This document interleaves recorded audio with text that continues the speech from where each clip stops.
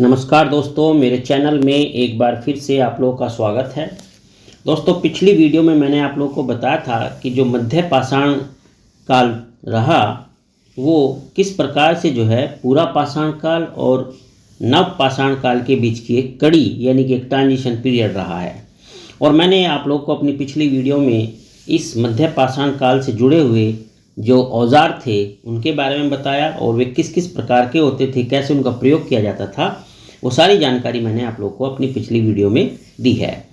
उसी क्रम में जो है यानी वहीं से कंटिन्यू करते हुए मैं आज आपको बताऊंगा कि जो मध्य पाषाण काल रहा है उससे संबंधित जो स्थल हैं वो कहाँ कहाँ और कैसे कैसे हैं, ये पूरी डिटेल में मैं आप लोगों को बताऊंगा। तो इसलिए बड़े ध्यान से आप लोग इसको जो है सुनना। तो चलिए स्टार्ट करता हूँ मैं मध्य पाषाण काल के प्रमुख स्थल। इसमें सबसे पहला मैं लूँगा राजस्थान राज्य को। तो आप लोग बहुत ध्यान से इसको देखना और सुनना और अंत तक इसमें सुनना, क्योंकि बहुत डीप इन्फॉर्मेशन आपको मिलने वाली है। तो देखो, जो राजस्थान में अगर हम मध्य पाषाण काल के स्थलों की बात करें तो राजस्थान में पचपर्ध नदी, क्या बताया मैंने, पचपर्ध नदी घाटी और जो सोजत के इलाके हैं वहाँ पर सूक्ष्म औजार काफ़ी मात्रा में मिले हैं। मध्य पाषाण काल की एक बस्ती राजस्थान में मिली है और इसका नाम है तिलवारा। तिलवारा यानी कि तिलवारा में बेसिकली दो सांस्कृतिक चरण पाए गए हैं। इसमें पहला जो चरण है वो मध्य पाषाण युग का प्रतिनिधित्व करता है और जो इस चरण की विशेषता है वो है सूक्ष्म औजार। ठीक है, तो मैंने बताया कि तिलवारा में दो चरण हैं इसके। पहला चरण जो कि पाषाण युग का यानी मध्य पाषाण युग का रिप्रेजेंट करता है उसको, और उसकी जो खासियत है वो है वहाँ के सूक्ष्म औजार। ठीक है, दूसरे चरण में चाक पर बने हुए मिट्टी के बर्तन और लोहे के टुकड़े इन सूक्ष्म औजारों के साथ साथ पाए गए हैं। बड़े ध्यान से आप ये पॉइंट नोट करते रहना। फिर आते हैं हम लोग इसी राजस्थान में भीलवाड़ा की बात करेंगे। तो भीलवाड़ा जिले में भी जो कोठारी नदी है, ठीक है, भीलवाड़ा जिले में कहाँ पर, कोठारी नदी के तट पर एक जगह है जिसको हम बोलते हैं बागोर।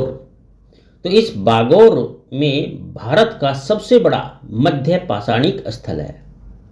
वेरी इंपॉर्टेंट पॉइंट है ये। भीलवाड़ा में कोठारी नदी के तट पर स्थित बागोर भारत का सबसे बड़ा मध्य पाषाणिक स्थल है। और इस जगह पर जो उत्खनन कार्य कराया गया वो कराया गया 1968 से 1970 तक। और ये जो कार्य हुआ था उत्खनन का, ये वीएन मिश्र के देखरेख में हुआ था, यानी उनके अंडर में ये कार्य संपूर्ण हुआ था।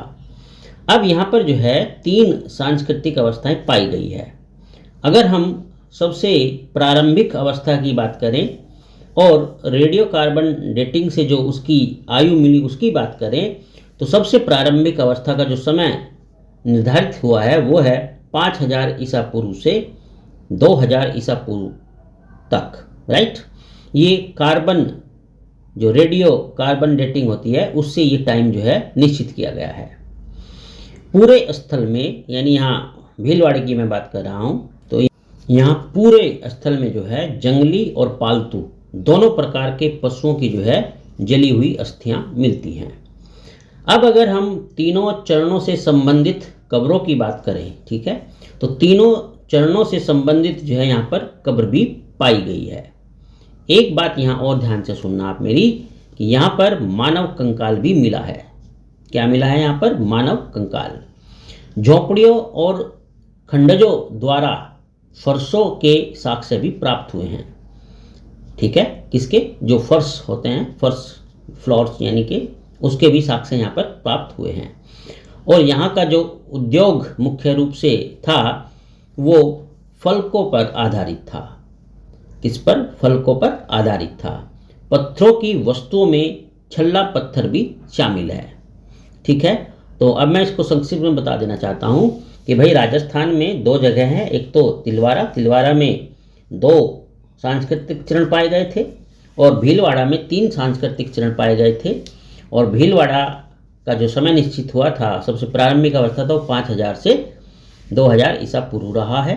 यहाँ पे मानव कंकाल भी मिले हैं और फरसों के जो है साक्ष्य भी प्राप्त हुए हैं, और इनका जो मुख्य उद्योग था वो था फलकों पर आधारित, ठीक है। और छल्ला पत्थर भी यहाँ पर मिले हैं। तो ये थी मध्य पाषाण युग के स्थल की जानकारी, जो कि राजस्थान का मैंने जिक्र किया। अपनी अगली वीडियो में मैं आप लोगों को बताऊंगा इसके बाकी और स्थलों के बारे में। आप मेरे साथ जुड़े रहना। आपका बहुत बहुत धन्यवाद। चलिए, आपका दिन शुभ हो।